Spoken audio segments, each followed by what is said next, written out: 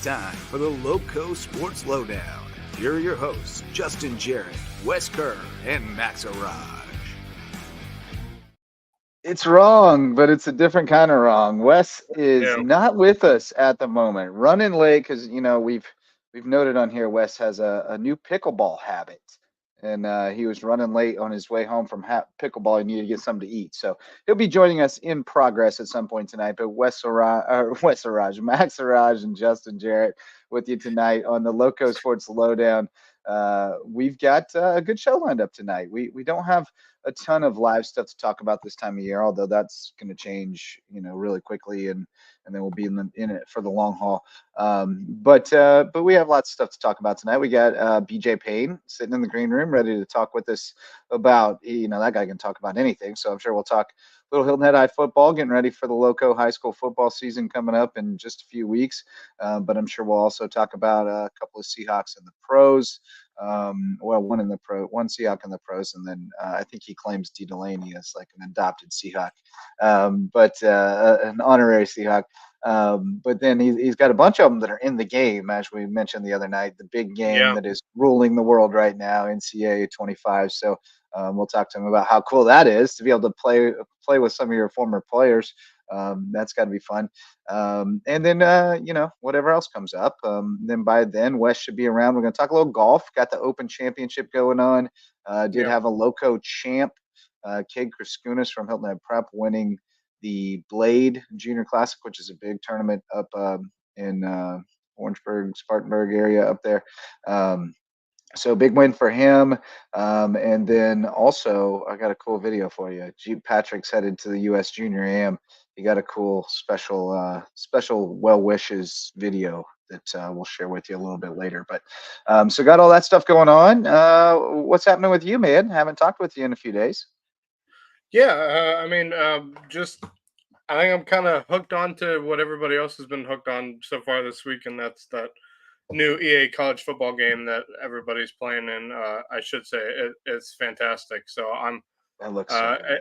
It's so good. But just paying attention to the Major League Baseball scene. Not far from now, the trade deadline's coming up, so I'm interested to see what happens with everything going on, including my Atlanta Braves. So we'll see what happens.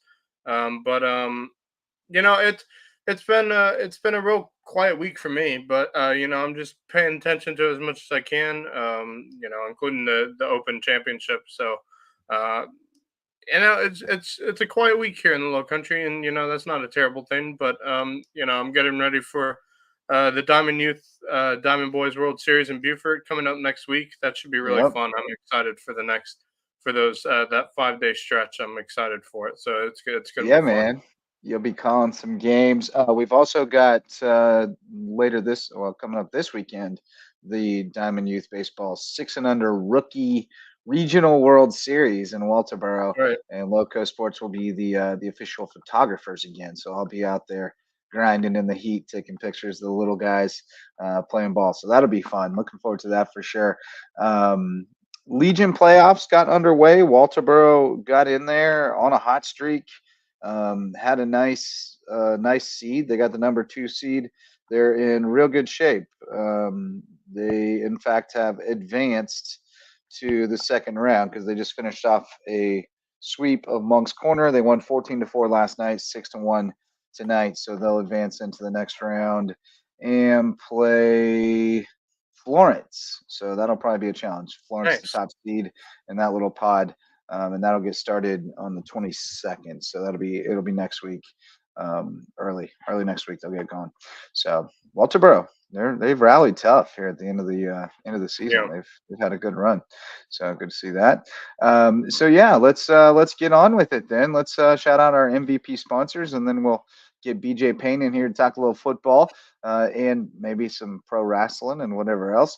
The MVP sponsors of LowcoSports starts with my wife, Megan Jarrett, the official realtor of LowcoSports. She's with Keller Williams, the Low Country, and she'd love to help you find your place in the Lowco or upgrade to a bigger, better place if you want to get into the market and make an upgrade. It's a great time for it, and Megan Jarrett would love to help you. She's the official realtor of LowcoSports and my wife, and she's with Keller Williams of the Low Country. Homegrown Home Inspections is our official home inspector. Jan Lucas and his team are the best in the biz when it comes to making sure you're making a great investment in the real estate market. And if you're building a new home, you got to have the phased inspection where homegrown home inspections will check on it every step of the way and make sure it's built right. Hospice Care of the Low Country is the official hospice provider of LowcoSports. They're the only not-for-profit hospice in southern Beaufort County, providing palliative care, hospice care, free grief counseling, and much more at Hospice Care of the Low Country, where it's not about dying, it's about living.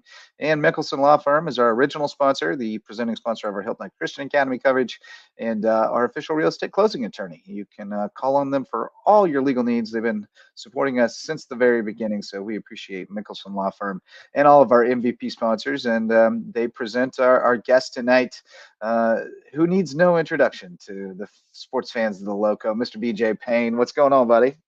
Nothing much. I'm no Rob Hummel, but yeah, I'll make do. I mean, Hummel held his own. He did good. It was a great conversation. I love Rob to death. He does a lot for the community and for the kids, and he's involved in baseball and football and everything else at the youth levels. I was actually I saw it on Instagram. I think where he shouted out Mickelson. And but I think that Rob's absolutely awesome. I love him to death. So I haven't had a chance to text him about that yet, but I was glad to see you had him on there. Yeah, man. Rob and I have gotten to know each other quite well. As both of us being up to our neck in the youth baseball thing, we definitely have crossed paths a lot. And he's a good dude. Puts his heart and soul into it, and it takes a few of those people to make something go. And definitely he's carried a lot of weight the last few years, so we appreciate that.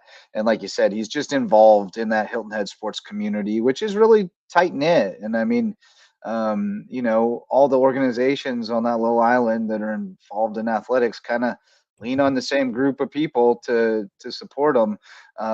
So it does get really tight knit, and everybody's got to be working together for it to all work. So credit to him. But speaking of that, you've got your hand in all kinds of pots. You had your big camp a few weeks ago that we had Beach on and talked about it. Always a great time. And now you're headlong into getting ready for the season. So, tell us about your summer and what you're looking forward to this fall with the Seahawks. Well, I mean, summer-wise, I don't think, thanks to our new glorious modified year-round schedule, we don't really have a summer. Ain't much of one. No, not at all. It is, I've got some opinions on that, but and I'll just be open with it, right? So here's my issue, and I brought this up, and I understand we got to get our teacher work days in, but like my issue, and I'll probably get my hands slapped for this, but for talking about it openly, but like Justin, for example, like we have a break in February, right?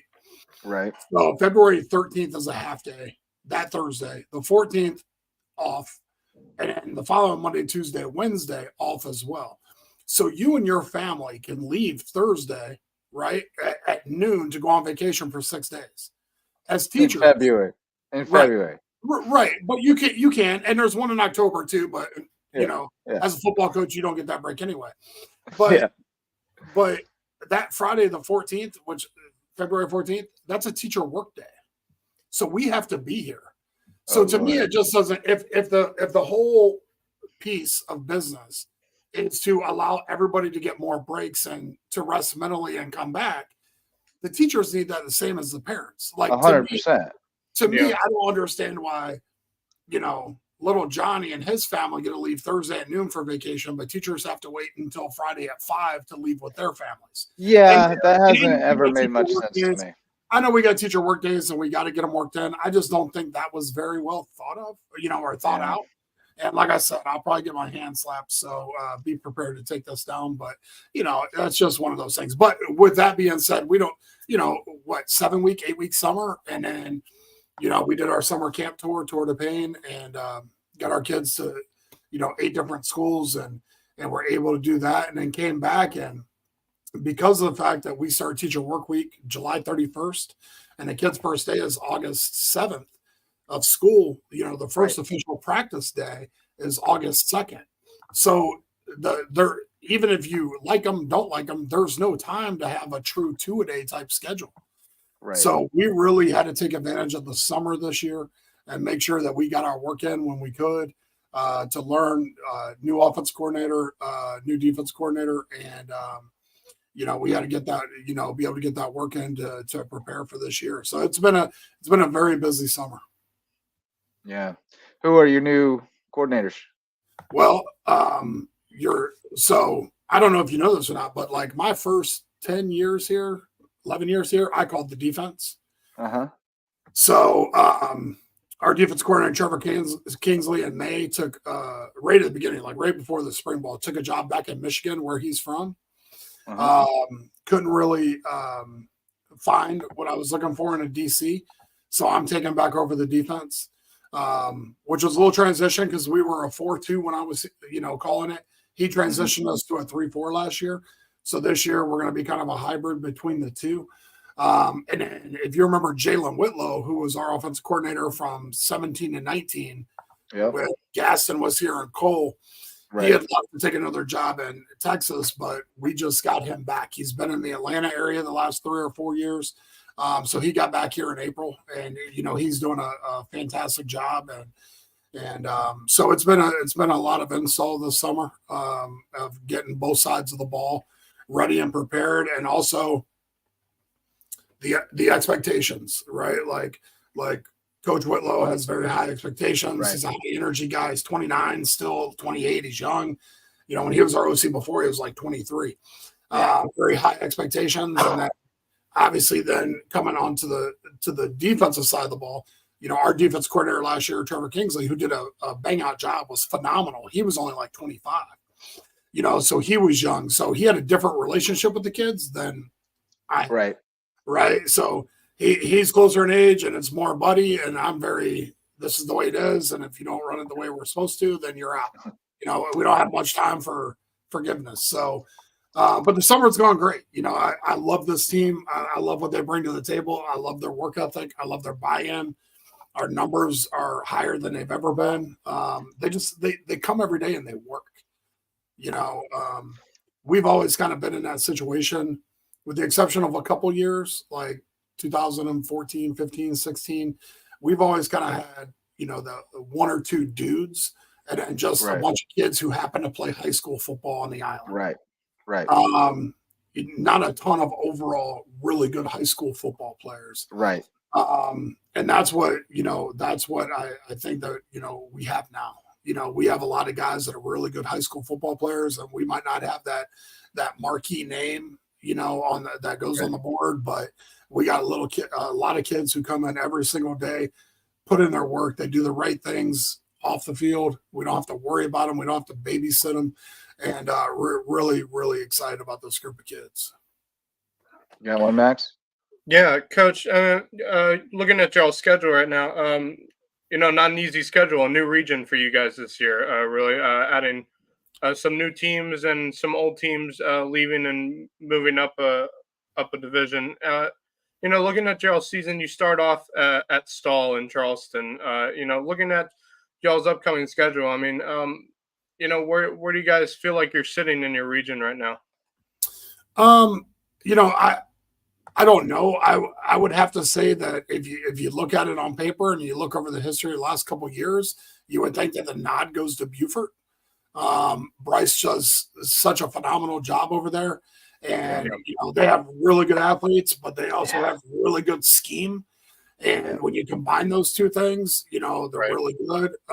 And a really good coaching staff that is really adept at making adjustments in game. They do both sides of the ball. And this isn't a bad thing. It's a good thing because he was very successful. But like when King Cribb was at Bluffton, he was this is what we do. This is what we run. And when he had the dudes to run it, they were really good.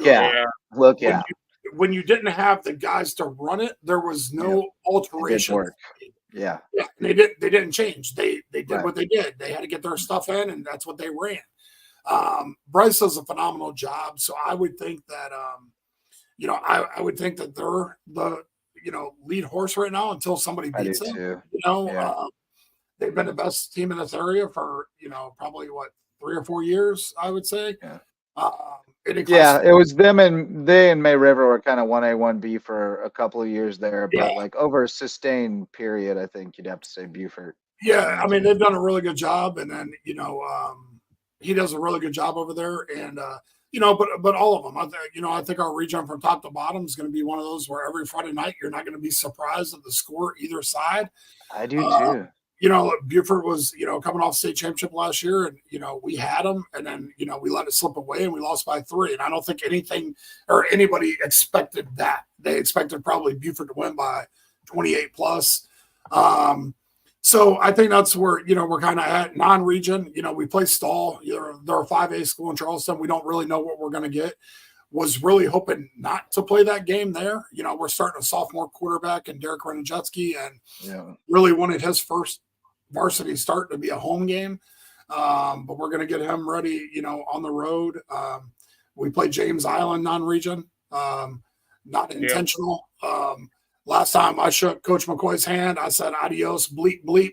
You'll never see us again. And I get along with him great. He's awesome.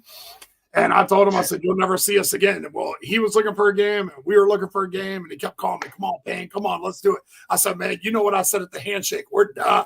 Like, we ain't playing y'all no more. And no longer mandated. Yeah, right? Like, that's what I told him. I was like, we don't have to play you, so I'm not going to. But but looking at it, I wanted one of those games against a really good, perennial, and he's been there the last couple of years, perennial, Elite 8 team. Yeah. That has speed, has physicality, and can challenge you. Somebody you can really measure yourself. Yeah, but it humbles you. Yeah. That's something you need. There's the pickleball champ. There he is. But to get a true gauge on where we're at, and so we have that game. We play Aiken. I'm here this year. We play Hampton County, and what Hannah's done there is phenomenal.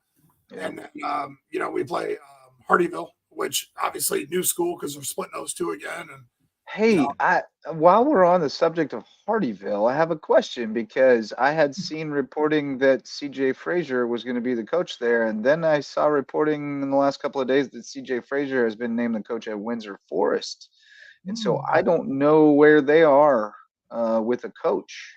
I don't know where they're at either. Their AD is the coach at Ridgeland, so it's not really a great time for him to be hiring a football coach. Yeah, so if you find that out, still let them know that we still need our contract signed. I do have a call into their principal, so I'll let you see. Let you know what comes to that. So is it Rayleigh? Yeah. Yeah, he's awesome. Yeah, Rayleigh's the best. He's my guy. I was like, Rayleigh, what's going on over there, buddy? Yeah, so it's funny because now, it's one of those things where, me and Hatcher kind of joke about it, but I've been here so long now, I know everybody. Right. I think Hatcher and I have been here, the exact same number of years, like we're the longest tenured.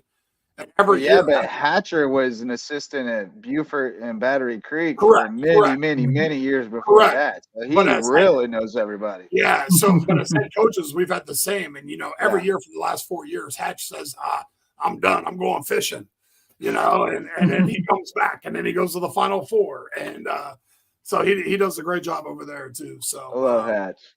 Yeah. So, I mean, our schedule, I think we got the kids, ready to go and see where we're at. But like I said, I think, schedule wise, we'll see early on with a couple of those games and see where we're at. We go 5A, 4A, and James Island's really good. And then we get into region play and we open region with Bluffton. Yeah. I'm excited for that one. Be a good it's gonna be a fun region. So it wasn't, and this goes back to the modified year-round schedule. We were supposed to have a bye week that week, so was Bluffton. And then we were going to open with in region play with Bishop England, and Bluffton's opened with maybe Beaufort, I think. But then the following week, we were supposed to play each other. Well, because of the fall break, the way it's built in, the week we were supposed to play Bluffton, there was going to be no school on Wednesday, Thursday, Friday. So we figured that would kill attendance and kill the gate. So we both moved our bye week. So we actually play 2 region games, and so does Bluffton, I believe. And then we have a bye week, and then we play 3 more region games.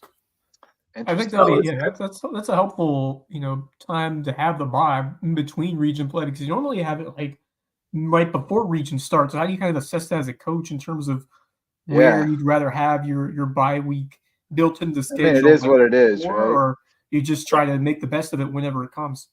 So when I first got down here, I had never been to a state that had a bye week built in. You had 11 weeks to play 10 games. Yeah. And so coming from Ohio, I was used to playing the 10 straight type deal. So we would never play week 0, and then we would play 1 through 10. Yeah. Line them up. And then talking to other coaches here and why they did it and where they put the bye week, they wanted that week to get healthy before region play and let everybody rest up, and it made a lot of sense. So maybe add a couple wrinkles to the playbook that week and things like that. And depending on who you play that first game, you've got 2 weeks to prepare. Right. And so we changed it here around week 3 or 4. So we like to keep it, the bye week right before we start region play. Mm-hmm. But at the same time, I always say, our game is, or our job is obviously to build young men into men and to do all this. But as coaches, our job's to worry about, winning football games, and athletic directors' jobs are to worry about how much money they make at the gate. Like that's a realistic thing. Yeah. Like, that's the business part of it. There's factors above your pay grade. Right. Yeah. Somebody with an office bigger than mine. And so I totally understand why, they wanted to play that game and not miss out on potential 500 kids that are on vacation or 1,000 people that have taken their kids and left the county because we're off school, and they would normally be at that game buying tickets. If they didn't do that, then when it came around, everybody would go, well, why didn't they just play us 2 weeks ago when they were both off? Right. Exactly. So it makes sense to do it the way we're doing it. I would prefer our bye week to be week 5, but at the same time, it makes sense to why we're doing it. So, I mean, you start 0-2 and you'll be glad you have a bye week. I mean, it can be, or you start 2-0 and somebody's dinged up. You'll be, man, I'm glad this is our bye week this week. It just, it is one of those things. You control what you can. But you mentioned your young quarterback, Derek Granajeski, who I'm really excited about. I mean, he looks the part. He seems to be, have a work ethic, great work ethic, be a dog. And then you've got Whitlow back, who, as I recall, is pretty good with the QB. So how excited are you to see that relationship developing? When I made that decision, I told Derek and his dad, like, this is the literal best thing for you. I mean, because he is truly, he's a quarterback whisperer. Like, he's really that good at what he does. And he's progressed so much already. Derek was never really, coached as a quarterback. Even in middle school, Russ always talks about it. Russ is like, I was his coach. Like, I didn't know what to do with quarterback. And then last year, he learned a little bit being our JV guy. But now he's got it fully dialed in. I think we've talked about it as a staff, and I bring this up all the time. The summer setting of 7-on-7s and everything has been very good for him, but very unfair, because he's got it all comes in 7-on-7. It all comes on the quarterback and then some on the receivers. He doesn't have Troy Timko to take the load off of him. Right. And Thaddeus Garnicki, who are 2 dynamic running backs that are going to take a lot of pressure off that kid come season. Yeah. Where in a 7-on-7 setting, it's on him to make every throw. Yeah. He can't go to Troy. Right. It's squared ball in a sense. And there are definitely some benefits to it. Right. But his development. The quarterback position is one that helps a lot, because you're basically playing backyard football. You're passing on every down. So it's and the difficulty levels ramped up, like you said, because you don't have anything to balance it. Yeah, nothing to balance it. But he's done a great job with it. He's improved so much, keeps getting bigger. He's 6'1.5", almost 6'2" now, like 185. And he's a dual threat kid. He can run. He's not going to outrun Tanner Macy in a foot race, but he runs really well for a kid his size. Tanner can fly. But he'll bring a different element to us that we haven't had in a while, like a dual threat kid that can get out. He reminds me a lot of is Aiden Haggerty, who was our quarterback when we went 10-2. he's very similar to Aiden. Cool. Chip on the shoulder kind of guy. Now, if I can just find Bryce Singleton and Justin Morrow and Yes. we'll be okay. Yeah, that 2015 team was fun to watch. They were. You guys had a strong squad that year. They were great kids too. They wanted to work every day. They made you smile every day. They were great. I mean, I think most of our guys I still talk to all the time. Obviously, Boone and Jalen. I still talk to Justin like every day. So he's always got something funny he's texting me or some Instagram reel he's sending me that's making me laugh. And that group of kids though they were special. Yeah, man. Well, you've got a bunch of them still playing out there. I saw your tweet and we shared it the other night with the player cards, the player ratings for everybody. So that's got to be cool. Had some good laughs about DeMarzo's art. That didn't quite capture his essence, but who was underrated, who got cheated on the ratings, and is Gaston Moore? Are we going to see some Gaston He's in the Moore game. or Rocky Top? He's in the game. Man, I'll touch on the game first of all. I'm probably the only person in America who hasn't played the game or seen the game. I haven't either. I've seen the pictures. I've been told, I don't know. I've been told it's just Madden with college uniforms. And I'm a big fan of the old NCAA game. I'm not a fan of Madden really. Same. But it's an honor for those guys to be in there. I think it's a really cool thing. It's a great thing for our program. It's a great thing for our area.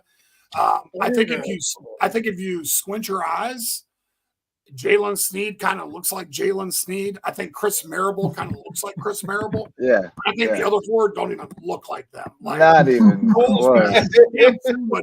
Sam Suma doesn't even have the right color hair.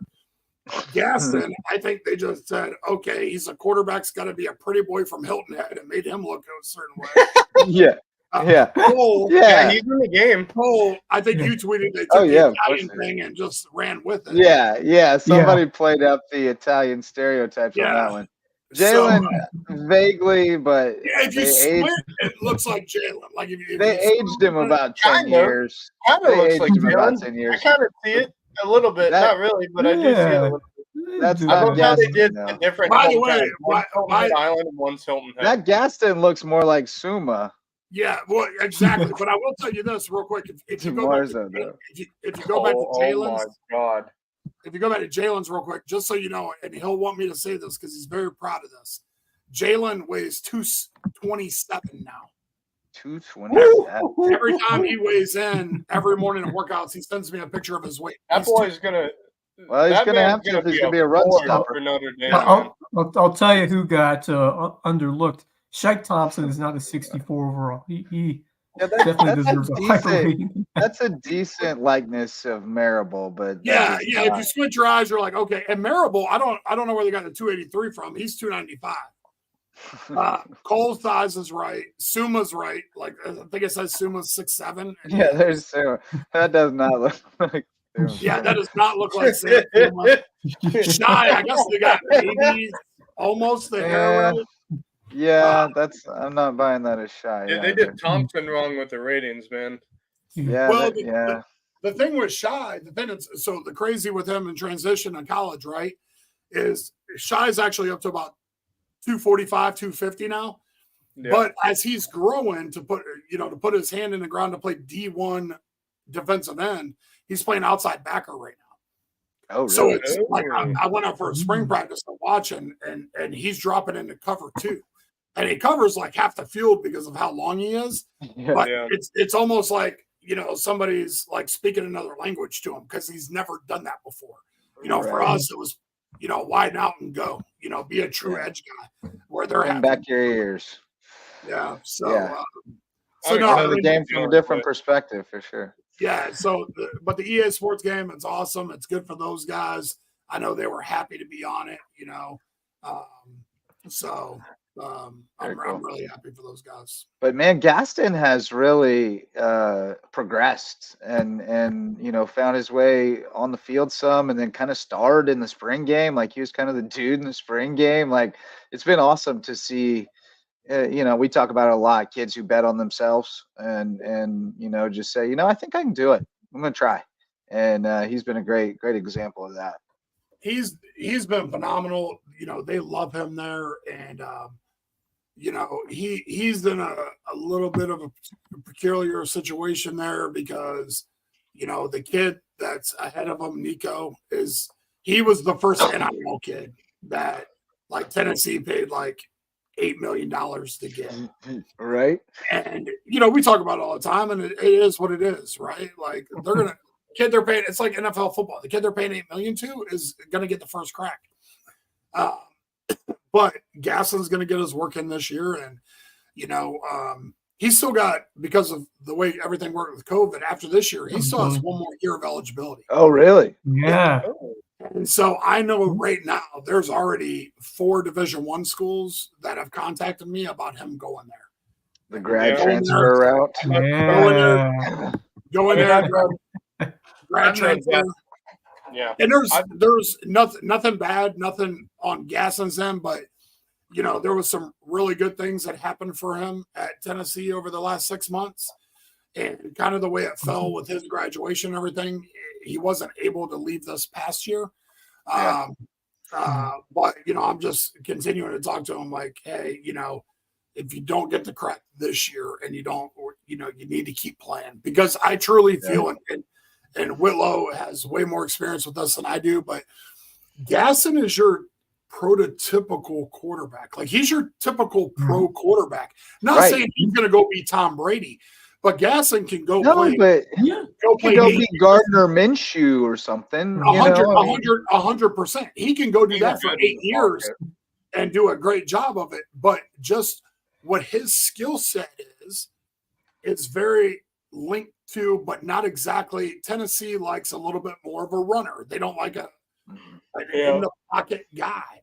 And so I think if he continues, like I truly believe that, I think that he'll play in the league. I mean, he's got NFL arm talent. He's got NFL mind talent. I mean, he's got everything you need, and he's a true leader. At UCF and at Tennessee, he is literally the favorite teammate of everybody on the team.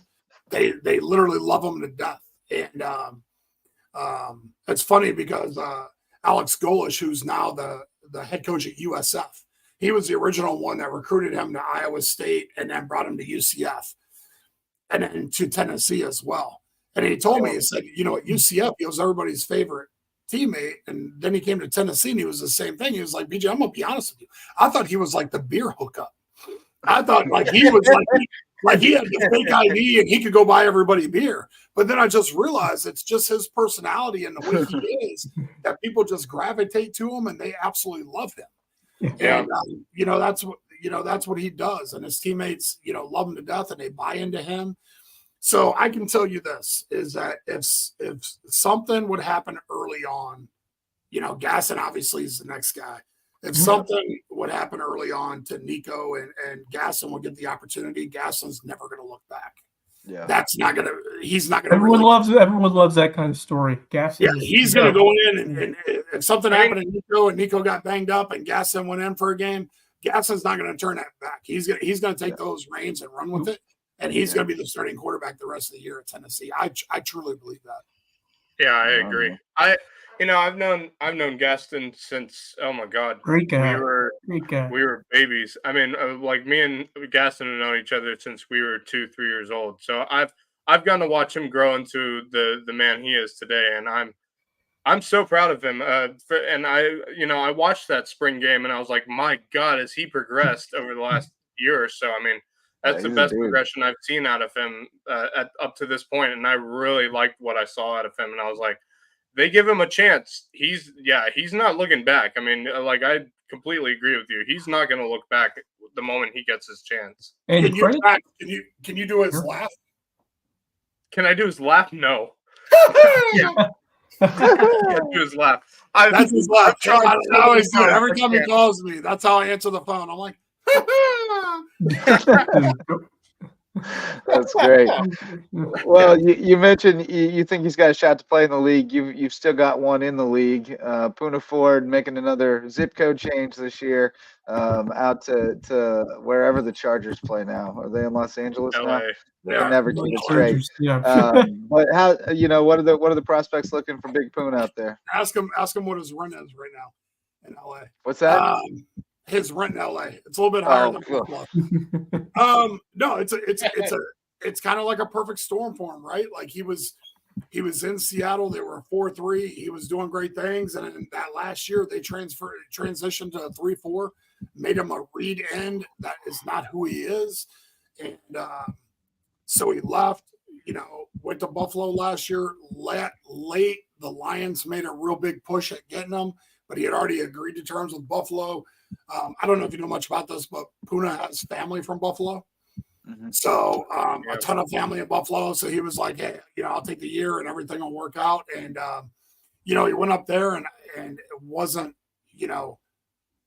I think he was frustrated at times, with things because he was doing everything he should have been doing, but he just wasn't getting in the rotation. And I've heard a lot of things about McDermott that I don't like from the past. This isn't just Puna related. I have a good friend. No, same. Yeah. I have a good friend who coached for him, and there was a big takeout piece on him too, where there was some pretty damning. And he has, the NFL's weird, man. Like they have their guys, they're guys, and so getting him out of there, even though they were a 4-3, and it's funny because they had 5 D tackles and 4 left, but him now with the Chargers, he's back to being nose. I think.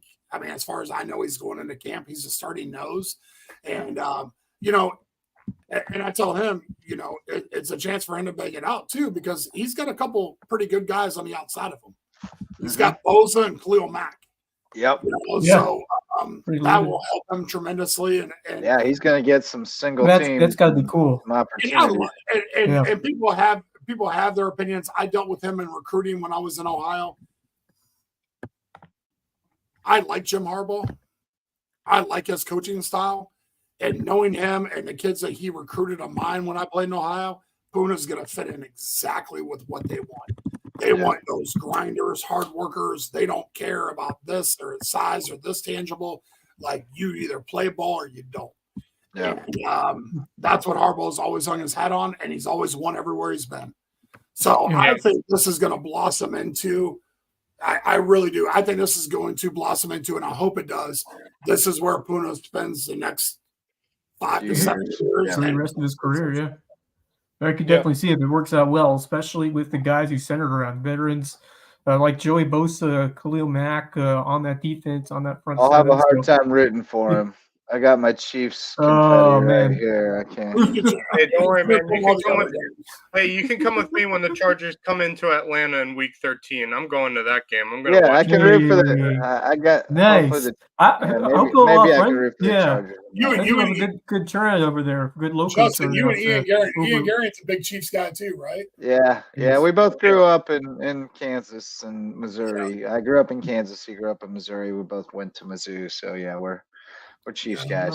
Through Sam McDowell as well. Now the Kansas City Star columnist.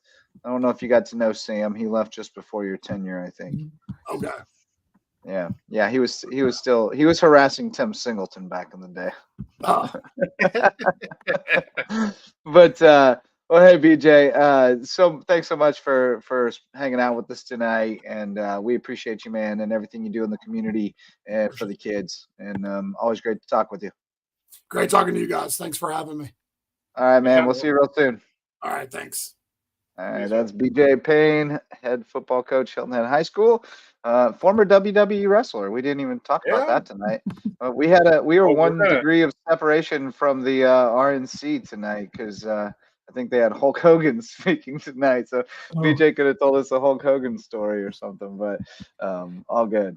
Great to talk with BJ. He's a good dude. And we're lucky to have him in this area. We're lucky to have him at LowcoSports for sure. And especially someone who's been here for the length of time that he has. I mean, he's been around your Lowco. Become quite the character. And some institutional knowledge. Yeah. No, he's good, dude. Really thoughtful guy. You can talk about anything for hours.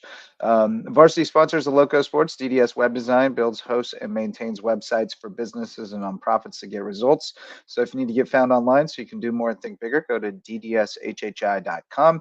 Parker Law Group serves legal needs across Colleton, Hampton, and Jasper counties, and they jumped on board to help us continue to expand our coverage in those counties and shine a light on more deserving teams and student athletes around the Lowco. Dr. Ambrose Cole is our official chiropractor of LowcoSports. You can find him at Rooted Living Wellness in Bluffton, and he'll get you feeling right, mind, body, and spirit. Had a great experience with him helping out Truman, getting his elbow feeling good again the other day after it was a little sore. Reverence Wrestling Club, official wrestling sponsor of LowcoSports and the presenting sponsor of the Lowco Grind. Take your skills on the mat to the next level at Reverence Wrestling Club. And speaking of the grind, we're going to have a little grind segment on Monday night because we got the national champ booked for the show. Zayo Estrada going to join us along with Coach George Dixon, the esteemed referee of the area, to talk a little wrestling. So that'll be fun. But tonight, let's talk a little golf, boys, because it's sort of golf season. Cade Kriskunas won the Blade Junior Championship, which is a pretty prestigious event. And Cade Kriskunas coming through. What did he shoot here? He was at one point when I checked in round 2, I think they got stopped by darkness or rain or something. He was one shot back on Wednesday, but then today he went out and fired a low number, got to 5 under par and won by one shot. 5 under for the tournament, 54 holes. But where was the tournament held? It's at Thornblade Club, which I believe is in Greer, if I'm not mistaken. Oh yeah, okay. Great outing for him to win the championship. JJ Johnson Jr. from Bluffton was third in the boys 10 to 12 age group, shot 1 over 18 holes. And then Lexi Milbrandt from Hilton Head, 6th in the girls division.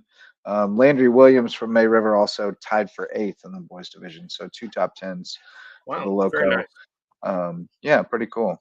Pretty cool. But tournament. It is a big one. Yeah, go ahead. Yeah, tremendous work by Cade Kriskunas, making the Low Country proud once again. We've had a terrific summer of, especially a lot of those private SCISA guys, Hilton Head Prep, Hilton Head Christian, who have been tearing up on the golf circuit. So it's been fantastic to keep an eye on and keep tabs of those guys, because this is really their moment to shine. You see the school season, but then you get to go up against the cream of the crop over these summer months, and you have all these really strong tournaments throughout the country, across the country, that you get to compete in. And that is really where you raise your game to get to the point where you need to be when you get into back in the school grind, which is only a few months. And these golfers compete and play year round. So this is really where you test yourself the most. Although there's you got the Junior Heritage in the winter. There's always some strong tournaments other times of the year, but it just seems the summer is where you really push yourself as a golfer and really look to get to that next level. So it's been fun to just to see how the junior scene has been progressing and keep an eye on these guys. And we still have some more tournaments to keep an eye on before the summer wraps up, and then get ready for girls golf season coming up just in a few weeks as we get close to the fall. But exciting times to be a Lowco golf fan, and exciting time to be a fan both nationally with the Open Championship underway. Yeah, no doubt. And speaking of the Open Championship, before we talk about the first round, we had mentioned before, Jeep Patrick, local guy, is qualified for the U.S. Junior Amateur, which gets underway Monday, I believe. Our friend Krista Dunton, I actually reached out to see if she could join us tonight, and she wasn't able to.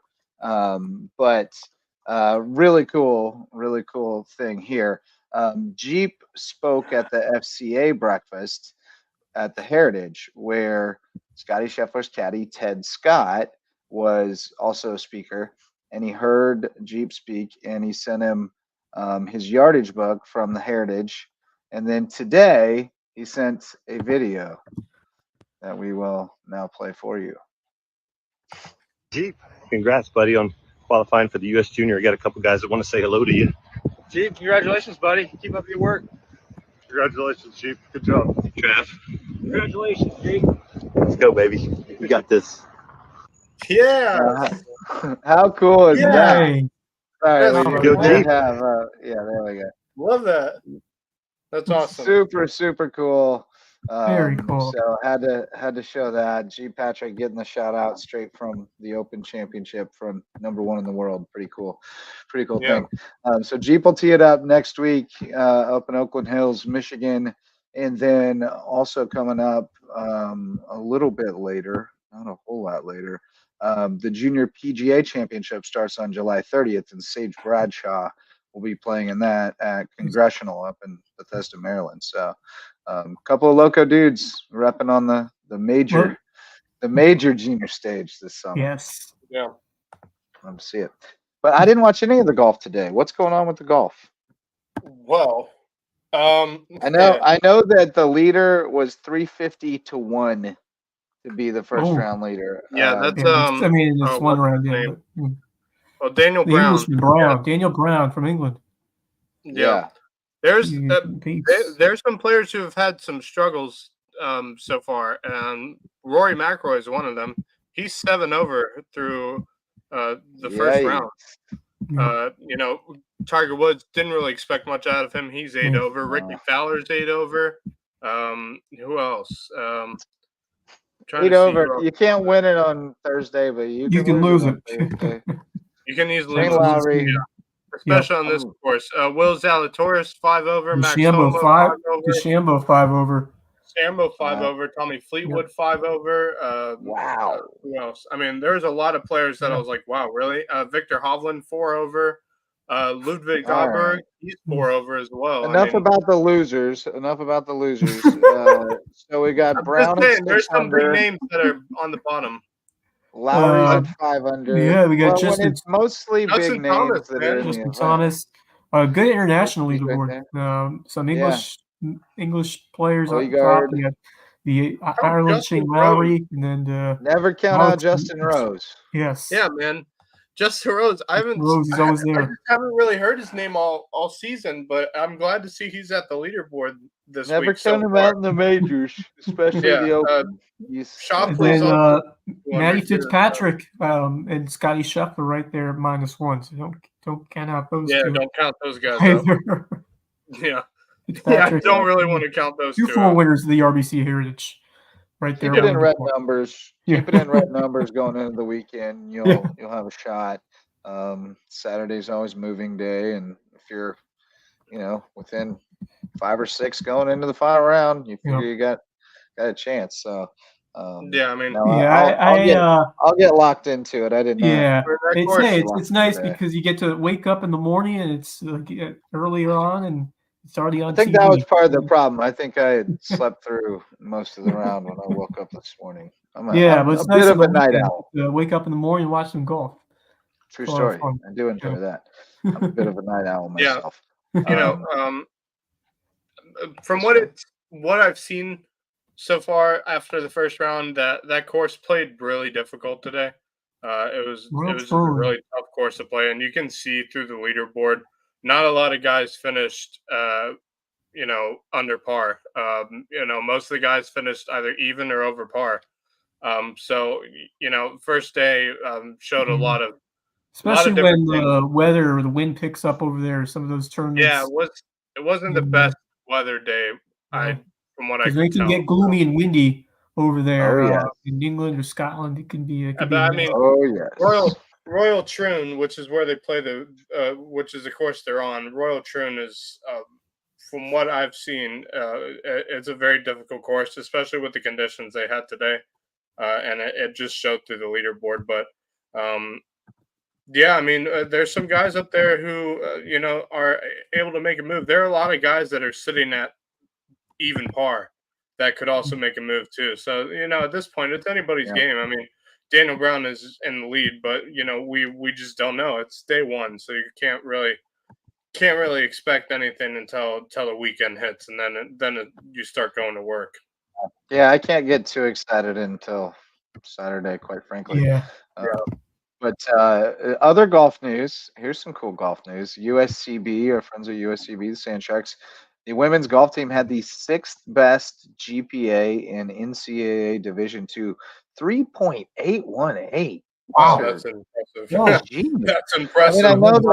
I know they're all like European girls, right? Mostly. So, I think so. Yeah. You're, the Europeans have got the leg up on us at this stage, I guess, when it comes to the education. But that is quite an achievement. So congratulations to those 3.8, man. Incredible. That's students. Yeah, impressive. that is Yeah. outstanding. It makes me That's wonder what doing the wonders. other like 5 teams in front of them had GPA. Right?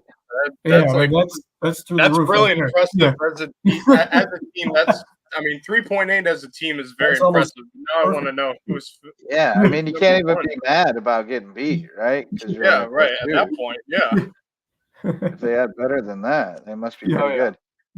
And then the other big news that came from USCB that I don't think we mentioned on the show, but I could be wrong. They were officially approved Yes. to advance to year 3 of the Awesome. provisional period. So if all goes well, this will be the last year without postseason eligibility, and then they'll become full-fledged NCAA Division II members. And you don't have any reason to think that wouldn't happen at this point.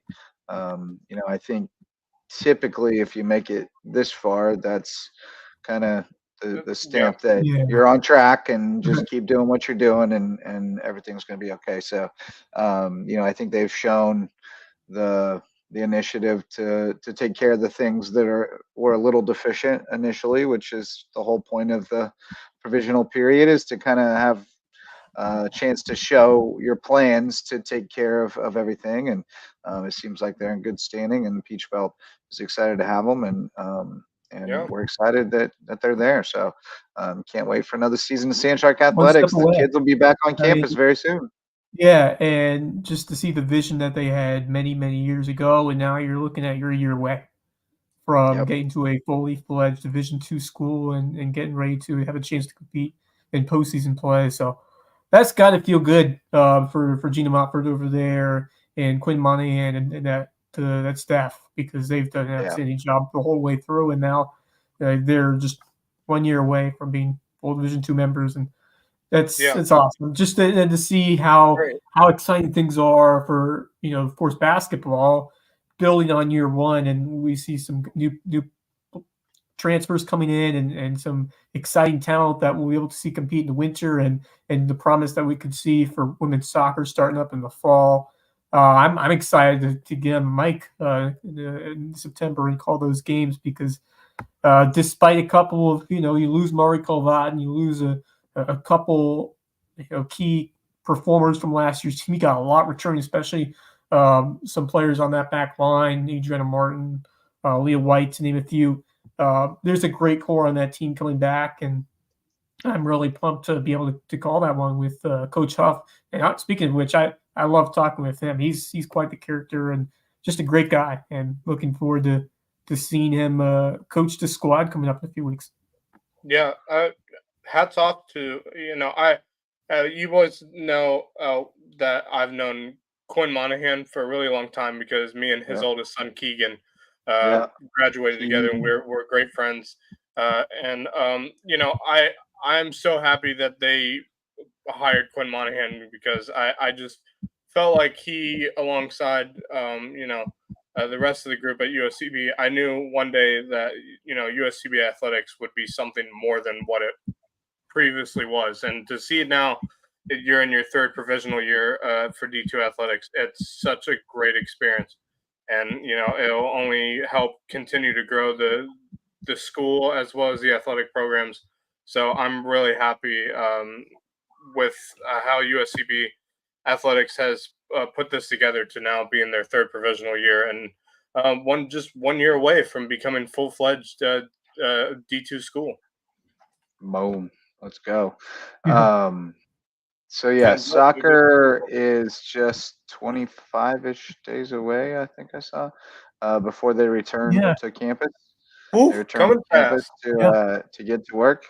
So 48 days, 19 hours, 4 minutes, and 12 seconds until they kick it off at Southern Wesleyan on September 5th. They have a countdown clock on the schedule page on the website. Yeah. 48 days, 19 hours, 4 minutes, 3 minutes, 58 seconds. We just flipped There over. we go. Yeah, you can just watch it if you're that antsy for it. You can just watch the countdown clock until USCB soccer.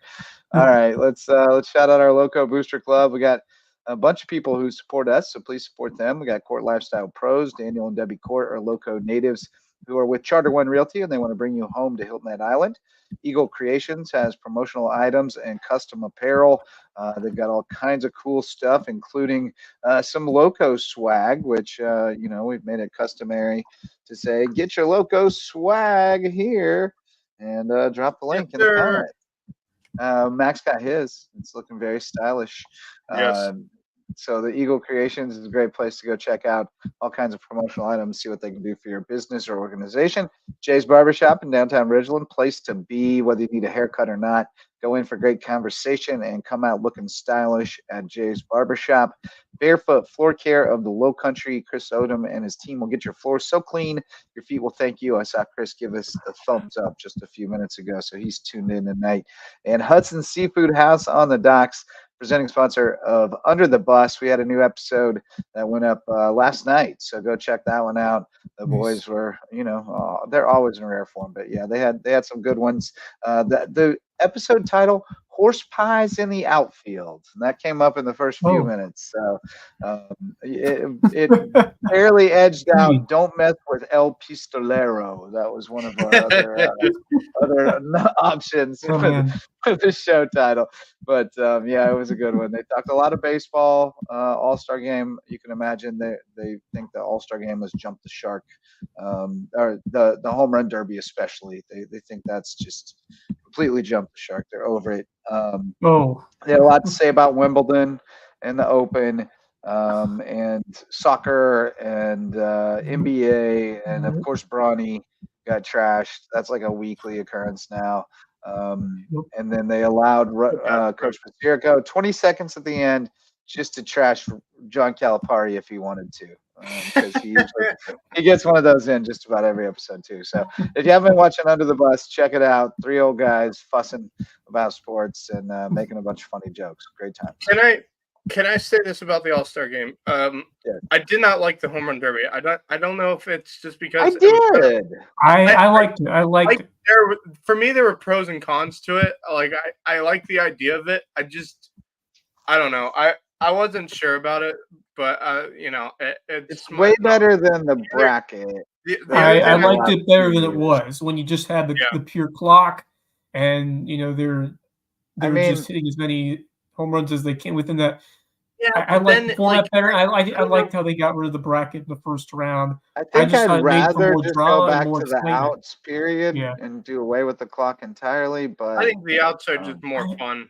Honestly, and you saw how guys like Teoscar Hernandez, who eventually won the thing, that he was struggling the time portion, but then when he got to the outs, I thought he really found his rhythm. It was way better when he could be selective I like the outs control better the than tempo. the time format. I do too. I honestly like it better. I don't like that manic fast tempo. The other thing I don't like was the jerseys. The jerseys just I can't. Why can't we just go back to what it used to be, where everybody wore their own team jerseys, their own team hats? How cool is that? Sure, make the hats special for the All-Star Game, but have those jerseys with the All-Star patch. I'd much rather buy one. Like, if you're going to buy a jersey, I'd much rather buy an Atlanta Braves jersey. Like, I agree. I want it to be like not buy a Ronald Acuna jersey with an All-Star patch on it. Right. And then has to go with it. Like it be like it have it be its own special jersey, not just a little team jersey. Because I think players would much rather have it because they're supporting their team. They're getting to wear their jersey at the All-Star Game. I actually did hear that there may be movement on this. Yes, I did hear that too. I really hope so, because these last jerseys look like crap. They're so bad, dude. could not Well, the like American League, especially, the the color American. was Yeah, Why I couldn't mean, you just like if you're gonna do those colors? awful. Why did it have to be a tan jersey? Why couldn't it just be Ugh. white? Like I didn't mind the National League jerseys were The The American League. National League jerseys look like something from Tomorrowland at Walt Disney I World. watched 2 innings of the All-Star game, and I said the only reason I'm changing the Tannel is because I cannot stand the look at those jerseys. Well, I just don't like the thing for me. I always loved the All-Star game as a kid, and one of my favorite things was when they showed that top-down shot, and you could see everybody in their different jerseys. right. Like, Yes. oh, there's 2 Yes. Pirates and 2 Cardinals and Yeah. 1 Brave, and like you could actually distinguish them, which Right. also Yes. allowed you to know who was on the freaking field. And I Because just right now, unless it's Matt Strom with his hideous hair, like they all look like the same person. Like it's so stupid. It's stupid. I the just other thing can't. but it wasn't even that long ago when we still had that where everybody was wearing their own jersey. That was No. like 2019. It wasn't that long ago. It But now they just decided, yeah, we're gonna make more money by selling these jerseys. No, you're not, because no one's gonna want to look at them. So what? Well, Why? you know, people buy them. They have Well, to, that's or they because wouldn't they have do their it. favorite. It's because they have their favorite players from their favorite team going to the game. So they're like, yeah, Yeah. if I'm I gonna be there, I know. might as well wear one. So I mean, at that point, I'm just like, I think they would. So gross. I think going back to the having each player wear their team jersey with like the all-star patch on it or something on the jersey Yeah. sleeve is just so much Yeah. better in so many ways, and I could not I understand agree. when they decided to change it. I'm with you. Wes, you got any parting thoughts, buddy? Yeah. Speaking of the All-Star game, just really happy to see Jarrett Duran do what he did, hit the game-winning home Yeah, run. I thought of MVP you. I thought of you. He's your boy. move. Such a fun young player. I mean, he is a 5 stood out there. Just the speed that he brings to his base running, but also his play in the outfield. And man, he's just rediscovered himself at the plate. He's so fun to watch, and this team, I mean, certainly has been looking more the part than I had thought. And Raphael, the bottom lineup, has also done some good things for Boston. Tanner Houck has been a stud this year, and I wouldn't be surprised if they go more aggressively at the deadline, try to pick up that extra arm in the rotation. So that will be interesting. Yeah. But shouting out another guy on a different team who might become who has probably become one of my favorite players, Bobby Witt Jr. My God, that kid is a sensation. Dude's a stud. Dude is a complete stud. That guy is so much fun to watch. I love Bobby Witt Jr.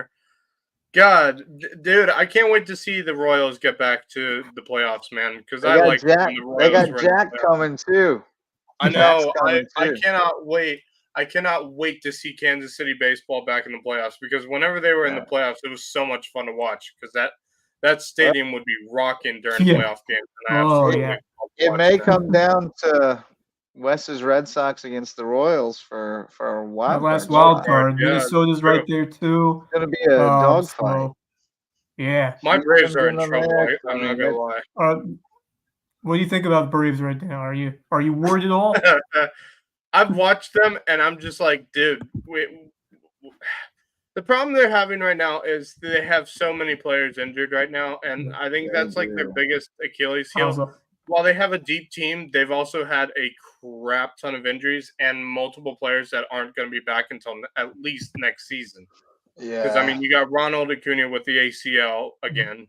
You have Spencer Strider, who was out like right at the beginning of the season. I was like, well, there goes. I mean, at that point, like, he was a Cy Young favorite, and I was like, well, that's the dude who would have been pulling our team through the World Series. Right. I mean, they're kind of a classic case of why it's so hard to predict who's going to win the World Series, because you know, I mean, you lose your top pitcher and your top offensive player. I'm just like, hoping, like, by the time blow.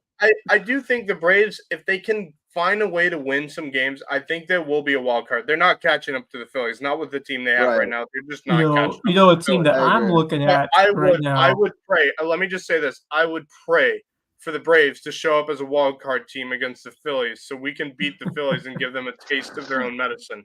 Because I've been sick and tired for the last 2 years seeing the Phillies beat the Braves as a wild card team. You know what team I have? You know what team I have my eye on right now is Pittsburgh Pirates. I do like Pittsburgh. I really like Pittsburgh. I do a lot. They got a solid all-around team. I mean, they got some really good position players, and then their pitching is really strong. It's really, really strong. I mean, you got Paul Skeens, obviously. You got Aroldis Chapman as your closing pitcher. I mean, that's not a terrible option to have as your closer. You got a hell of a young third baseman in Brian Hayes. My goodness, he's smooth down there. You got the veteran you got the veteran McCutcheon. I mean, that's always going to be a guy who can give you some energy going into the playoffs because he's been there. Connor before. Joe is an underrated player. Got Grandal behind the mound. They've put together a nice roster.